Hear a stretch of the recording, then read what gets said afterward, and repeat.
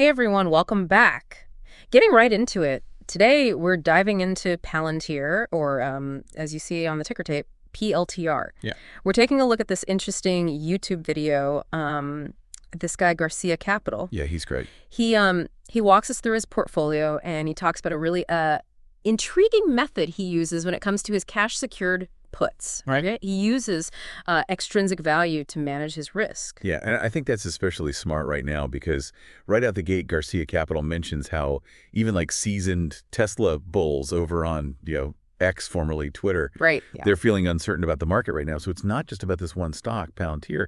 It really reflects this broader need for investors to like really understand how to manage their risk, especially with more alternative strategies like cash secured puts. And that's a perfect, I guess, a perfect segue into the next point is like, what is a cash secured put?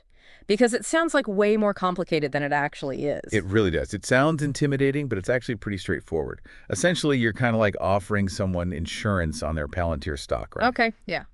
So they're going to pay you what's called a premium for the right to sell you their shares at a certain price. Right. By a certain date, and that price is called the strike price. Uh-huh.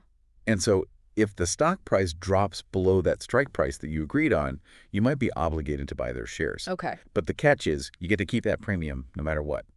Interesting. So Garcia Capital, in the video, he highlights that he currently has $24 cash secured puts on Palantir. So my question is, what makes him so confident? Yeah, that's a great question. And I'll tell you, he's not just relying on his gut here. He really emphasizes this idea of focusing on what is called extrinsic value. Have you heard of this before? I have. Okay, great. So it's basically like the time value that's built into an options price. Right. So it's that difference essentially between the strike price and then the stock's current price with some, adjustments in there based on different market factors and things like that. But that's the main idea. Yeah, it makes sense because even if the stock were to go down, there's still time, in theory, for it to recover before that option expires. Exactly. And that's the key here. Yeah. So he calculates that difference, right? Yeah. And he watches that very closely. And if he sees that extrinsic value start to shrink, that's when it tells him, okay, my risk is increasing here.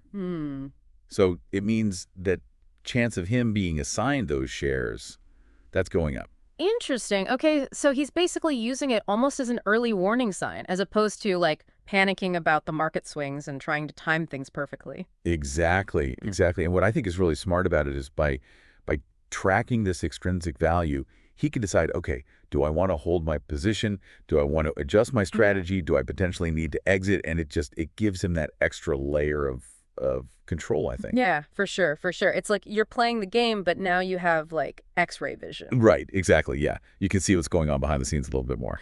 He actually, in the video, he says, as long as the extrinsic value on my $24 put stays above $0.20, I'm good. Yeah. So what's the logic behind that? Like why $0.20? What happens if it dips below that, Yeah, that's a great question. So it really all boils down to his own personal risk tolerance and understanding, what is the potential downside here, right? Right. So if the extrinsic value dips below that $1.20 mark, that means the risk of something called early assignment, that risk is increasing. And early assignment, just for the folks at home? Yeah, good call. What does that mean? So basically, early assignment is when the person who bought that put option from Garcia Capital, they decide, hey, I'm going to exercise my right to sell you those Palantir shares at that strike price, even if it's like not the most ideal time to be buying those shares. Right. So he's trying to avoid this like scenario where, he might be forced to buy shares at a price that's higher than what they're actually trading at on the open market, just because that extrinsic value cushion, it's shrunk too much. Exactly. And I think that's a really important point, right? Yeah. Is that he's by watching this extrinsic value, he has more control over the situation.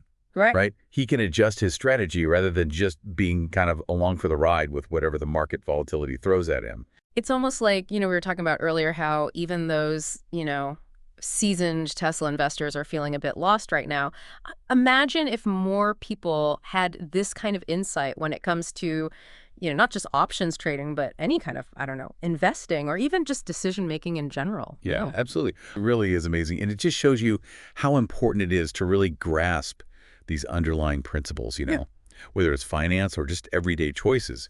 Having that ability to assess risk, assess that time value, it's invaluable. 100%. It really does put things into perspective. And speaking of perspective, Garcia Capital, he mentioned something kind of interesting toward the end of the video, something about potentially adding some January 2025 call options on Palantir to his portfolio. So I'm curious, what do you think? What's his thinking there?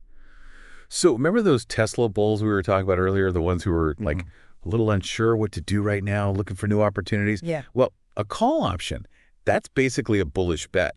You're basically hoping that the price of that underlying asset, which in this case would be Palantir, you're hoping that goes up. Okay. So it kind of sounds like he sees some long-term potential there with Palantir, even with all the uncertainty in the market right now. Yeah, and I mean, we didn't even get into it that much, but there is a lot of speculation about, Palantir potentially being included in the S&P 500 index. Right. Which, obviously, if that were to happen, that would potentially boost the value of the company significantly so. Yeah. It's almost like he's kind of, strategically positioning himself on the chessboard, so to speak. Exactly, yeah. Yeah, he's playing the long game. He's thinking ahead.